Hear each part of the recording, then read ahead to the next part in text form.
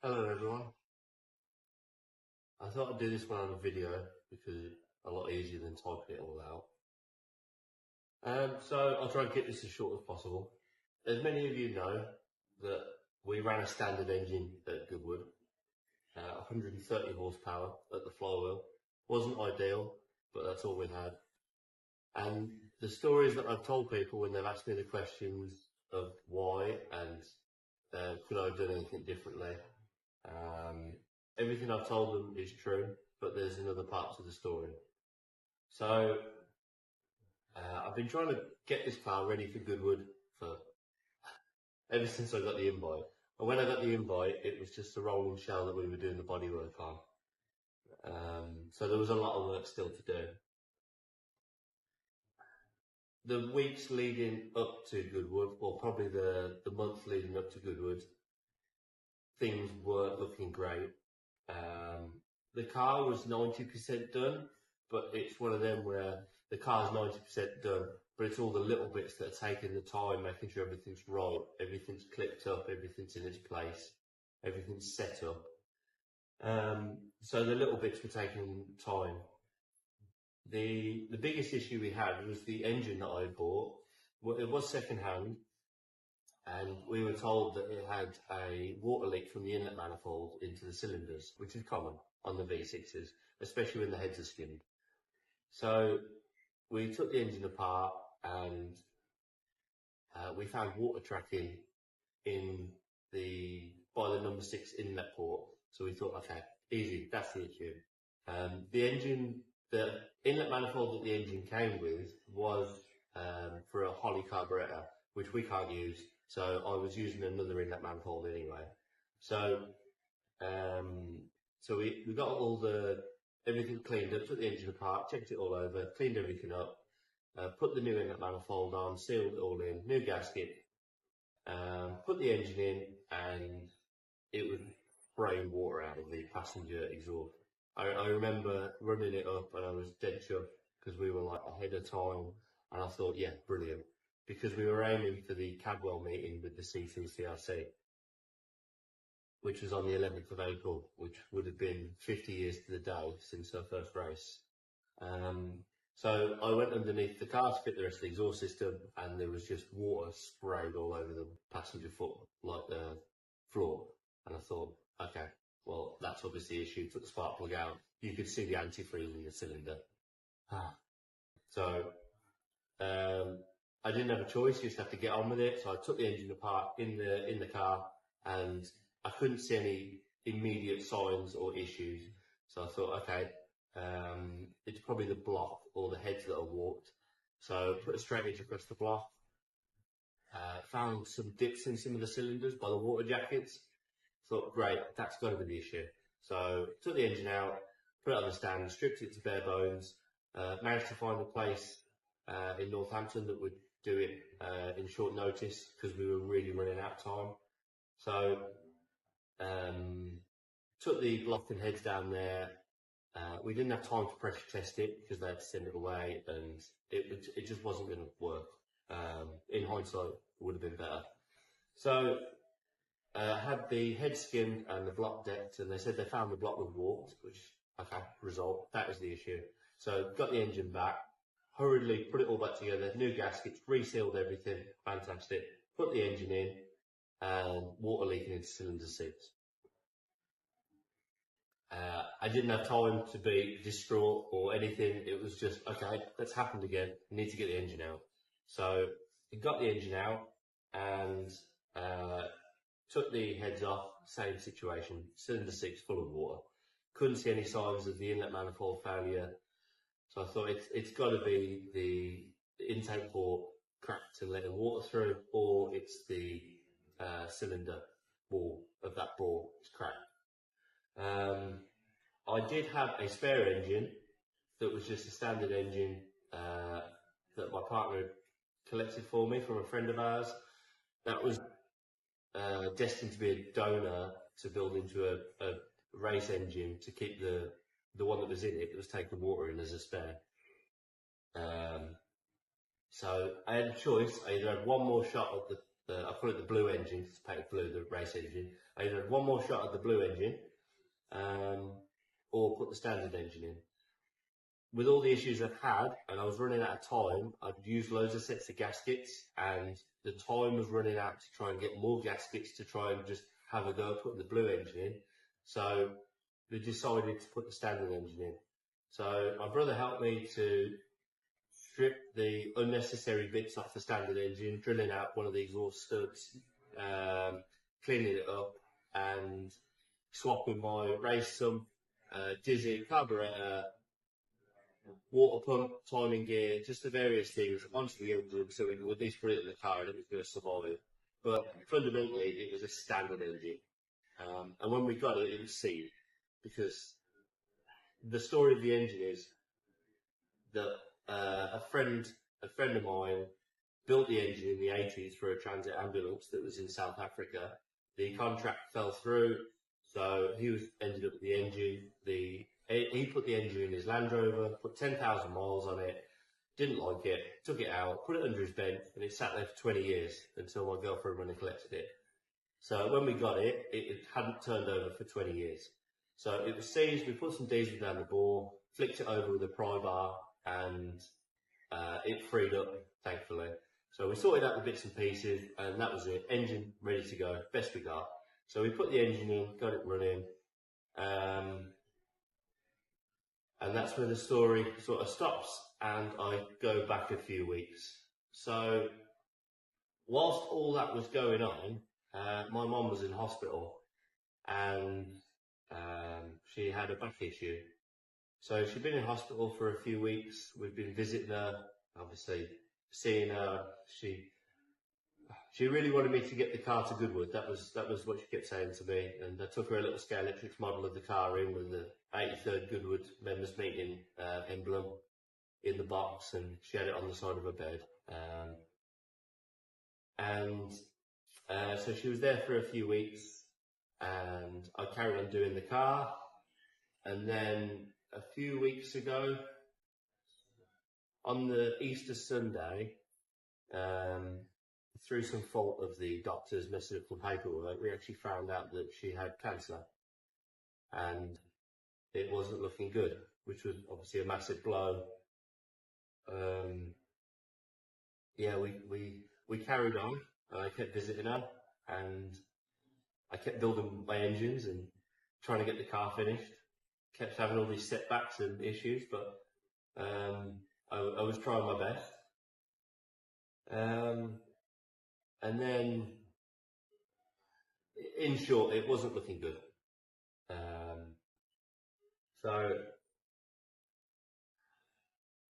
Mum got transferred to another ward, and we were seeing her pretty much every day, and things were getting worse.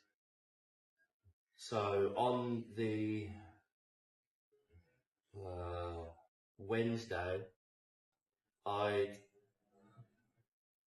so this is going back obviously a few weeks from when I was telling the story about the engine. So whilst the engine was at the engine place having the decks cleaned and the heads skimmed, we were visiting Mum, and then on the Wednesday, I got the block and heads back, and I spent the day building up the short block, got everything built up, got the cranky and pistons, rods, camshaft, timing gear on the engine stand, and I thought, Thursday, we'll have a good day, we'll get it finished, get it in, get it running. So on the Wednesday night, I got to a point, I thought I'll go see Mum in hospital. So I went there with about an hour and a half spare of visiting time. So I went and saw Mum, and she was quite talkative, was telling me to get the car finished, and wouldn't let me and my dad go, because she wanted to know when she was getting her last injections and her pills and stuff. So we ended up leaving there at 9:30, which was like an hour and a half later than visiting time finishes. So we left. I went home, and then at 3 o'clock in the morning on the Thursday morning, we got a phone call to say, you better come to the hospital. So we all rushed there, got there, and she'd been moved to a private room, and she was hooked up to all the machines,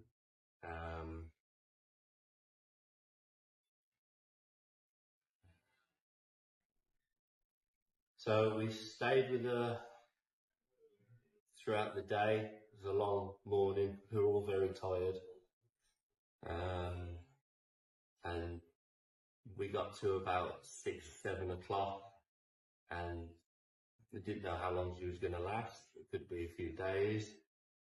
We didn't know, and it was in the back of my mind that Mum wanted me to get this car done, and I had to make the choice of whether to stay, not knowing how long, or to go and carry on building my engine and carry on getting the car ready. So I made the decision to go and go back to work at about 7:30. So I said my goodbyes.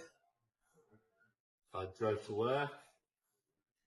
I spent a few hours putting the heads on, all the followers in, the heads on, carburetor, flywheel, sump, put all the rockers on, and I got to doing the valve clearances on number 5 when I got the tech at 12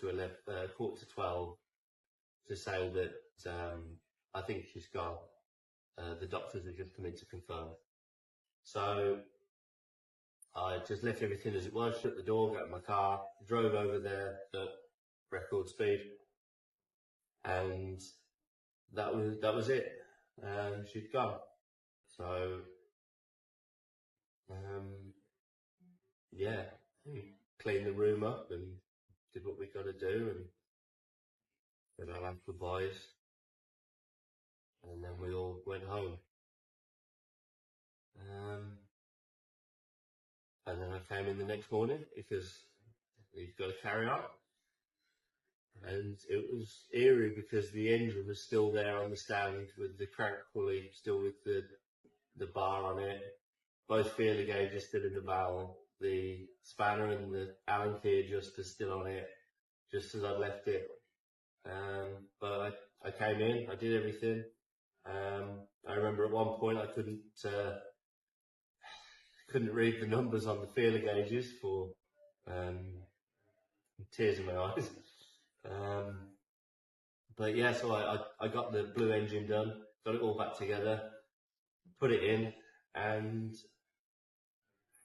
it obviously took water in still. So that was a bit of a blow. So like I said, I didn't have time to waste. So we got the spare engine freed up, got it in, and I had a dyno session booked for I think it was the Wednesday morning, and Malk at TTP had just fitted me in. So I was like, I've got to make this booking, but with all the delays I'd had and obviously being at the hospital, it wasn't looking possible. So I had a choice of whether I stay at work and get it done, or I go home, go to bed, call Mark in the morning and say, look, I appreciate you fitting me in, but I'm not going to make the slot. There's just too much to do. But I thought if I can do 24 hours at the hospital sitting there, I can do 24 hours at work trying to get this thing done.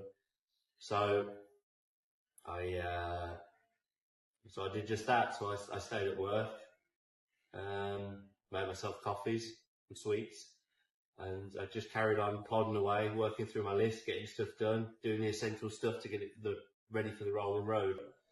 So I got it all running, got it all set up, did all the final bits, swapped the tyres because I had different tyres on it, and I wanted to get it rolling roaded on its proper diameter tyres. I made the loud pipes for it because I wanted it to be dynoed on the loud pipes and not the silence pipes. Finished everything I could. Like I said, I'd worked through the night. 8 o'clock in the morning came, the workers came in. I was still there with the door open, quite tired. I just about managed to get the car done on the trailer and over to Malk's a bit later. So I really appreciate Malk for fitting the car in and doing that.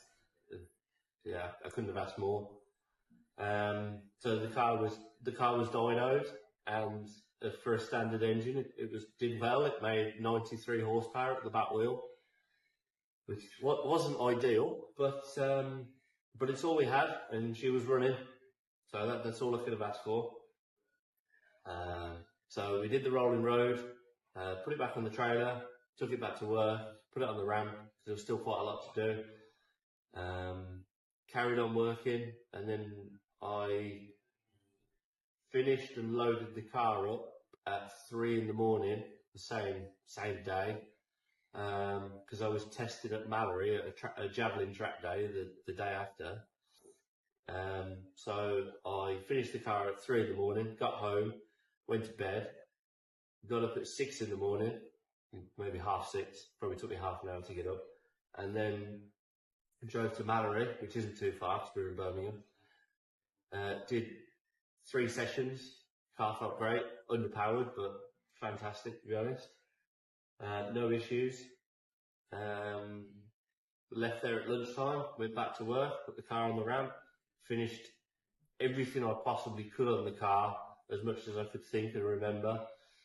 Loaded the car up at 1 in the morning, got the van all loaded up, fueled up, ready, took it home, had something to eat, went to bed, got up at 4:15 in the morning, and drove down to Goodwood.